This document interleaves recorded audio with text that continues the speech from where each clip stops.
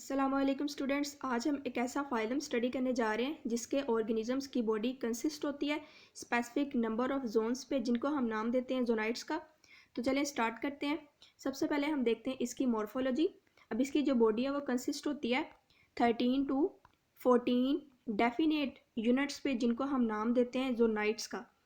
और जो फर्स्ट वाला जोन है उसमें हेड रीजन जो है वो लोकेटेड होती है। अब हेड रीजन के ऊपर टू चीज़ें जो हैं वो प्रेजेंट है, ओरल स्टाइलेट और ओरल कोन। अब ये जो कोन लाइक स्ट्रक्चर उसको हमने ओरल कोन का नाम दे दिया, और स्टाइलेट हम कहते हैं किसी भी शार्प और पॉइंटेड स्ट्रक्चर को।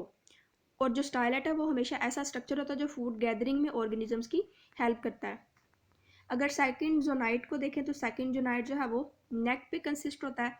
अब नेक के ऊपर हमारे पास टू स्ट्रक्चर्स प्रेजेंट है। हमने स्पाइंस को नाम दिया है स्केल्स का, और जो प्लेट लाइक स्ट्रक्चर्स हैं उनको हमने नाम दिया प्लेकिट्स का। इस तरह हेड और नेक के बाद हमारे पास आते हैं 11 जोनाइट्स। अब ये हमारे पास है बॉडी जोन्स। बाहर जो बॉडी जोन है वो 3 स्पाइंस पे जो है वो कंसिस्ट होता है।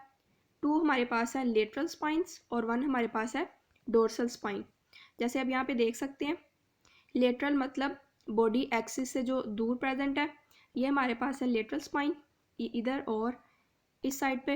और डोर्सल यानी ऑर्गेनिज्म की बैक पे जो स्पाइंस है, और ये डोर्सल स्पाइंस है हमारे पास। और इसके अलावा जो टेल स्पाइन है, कोडल स्पाइन भी प्रेजेंट हो सकती है। और जो एनस है वो ऑफ कोर्स सबसे लास्ट वाले जोनाइट में प्रेजेंट होगी। नेक्स्ट हम देखते हैं इसके करेक्टरिस्टिक्स को।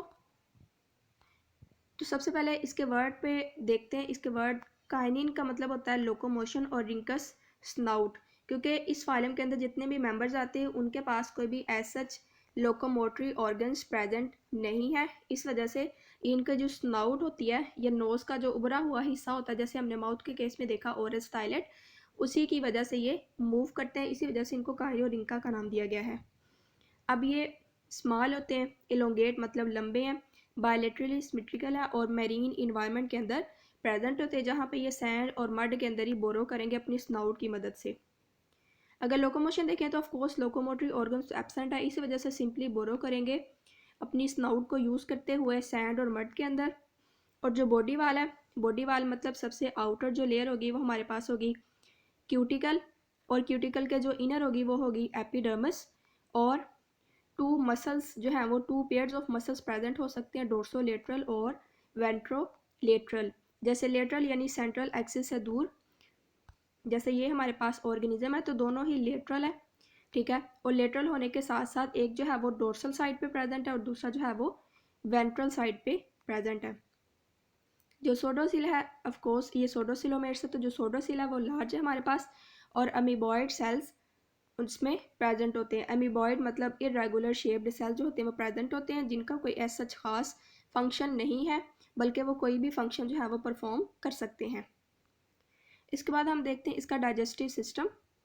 तो डाइजेस्टिव सिस्टम में आते हैं mouth, buccal cavity, muscular pharynx, oesophagus, stomach, intestine और एनस। इसका मतलब है इसका जो डाइजेस्टिव सिस्टम है वो कंप्लीट है, ठीक है। और जो ज़्यादातर हमारे पास फूड की डाइजेशन और अब्जॉर्प्शन है वो होती है इंटेस्टाइन के अंदर। और ऑफ कोर्स अनडाइजेस्टेड जो वेस्ट मटेरियल है वो बॉडी को लीव करेगा एनस के थ्रू।